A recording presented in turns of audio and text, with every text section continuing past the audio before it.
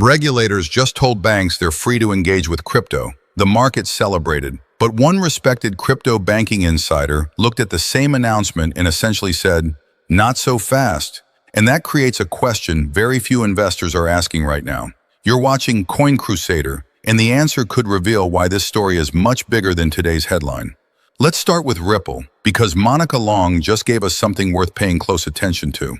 The president of Ripple Labs confirmed publicly that the company is sitting on multiple billions of dollars in cash on its balance sheet. Not a billion, multiple billions. When you understand what that actually means for how Ripple operates, the picture starts looking very different from what most investors expect. Brad Garlinghouse made this point clearly in a recent interview. Ripple doesn't need to raise capital. It doesn't need to answer to a massive public shareholder base. It doesn't need to IPO. And that is precisely what puts the company in a position of unusual power right now. But that's only one part of the story. When Monica Long confirmed the $1.25 billion Hidden Road acquisition, she described it as one of the largest deals in crypto history. Hidden Road is not a small operation. It processes roughly $3 trillion annually, serves hundreds of high-volume financial institutions, and generates over $100 million in revenue.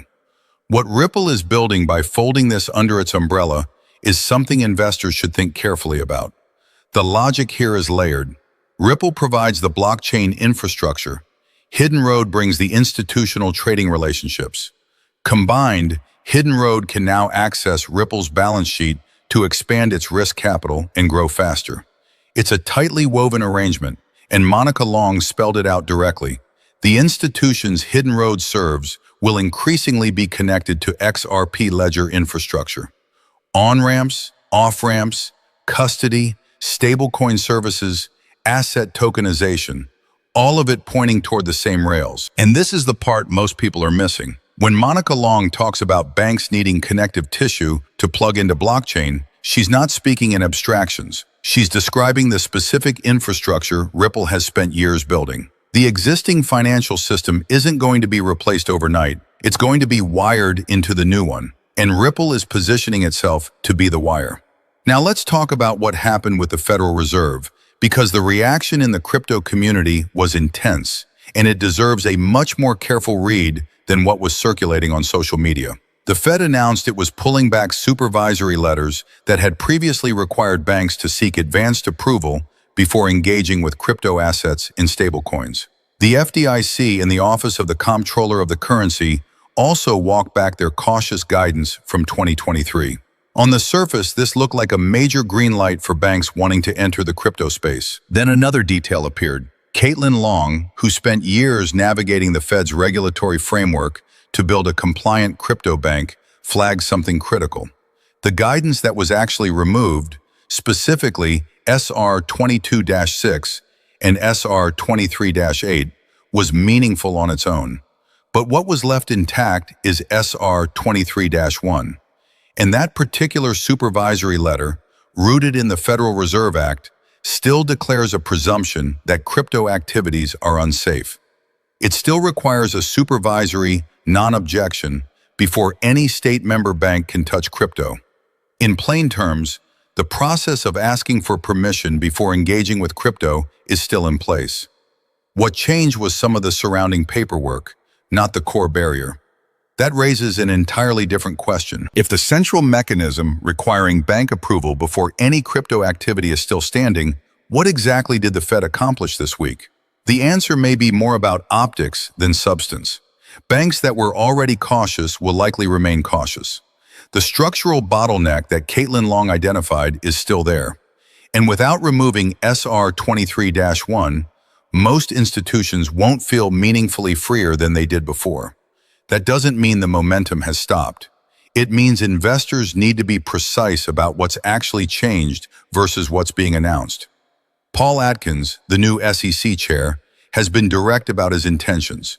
He's spoken publicly about the years of regulatory stagnation that held back legitimate crypto development, and he's signaled that building a clear, rational framework for digital assets is a priority for his tenure.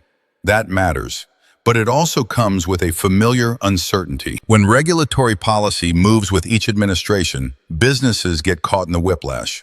One government opens the door, the next one shuts it. The concern isn't just whether today's rules are favorable. The concern is whether they'll still be there in 4 years. And that kind of instability doesn't encourage long-term infrastructure investment. It encourages caution. At the same time, there are signals in the market that smart money isn't waiting for political clarity. Digital Commodities Capital Corp, a publicly traded company, disclosed that it holds over 103,000 XRP in its corporate treasury. This isn't a retail investor placing a bet. This is a company making a formal disclosure to regulators and shareholders that XRP is part of its balance sheet strategy. That's a meaningful precedent, and it won't be the last one. Meanwhile, Ripple's RLUSD stablecoin is showing real traction on DeFi platforms. $80 million in liquidity on Aave appeared quickly, and the growth chart looks steep. That level of institutional DeFi engagement on a Ripple-issued asset wasn't visible a year ago. The infrastructure being built isn't just theoretical. It's starting to produce visible activity. The macro picture matters here too. If the Federal Reserve does eventually cut rates in response to improving inflation data, cheaper money historically flows into higher risk and higher growth assets. That environment tends to benefit crypto broadly, and assets with real institutional use cases tend to benefit most. But the market doesn't reward impatience, and that may be the most important thing to hold on to right now. Ripple has the capital to make aggressive moves without answering to public markets. The Hidden Road acquisition connected it to institutional trading infrastructure at a scale few crypto companies can match. The regulatory climate is shifting, even if the shift is slower and more complicated than the headlines suggest. And companies are beginning to put XRP on their balance sheets in a way that creates its own kind of signal. The real story may not be what happened this week. The real story is whether these pieces, the capital position, the institutional deals, the regulatory drift, and the quiet accumulation by corporate treasuries are early chapters in something much larger.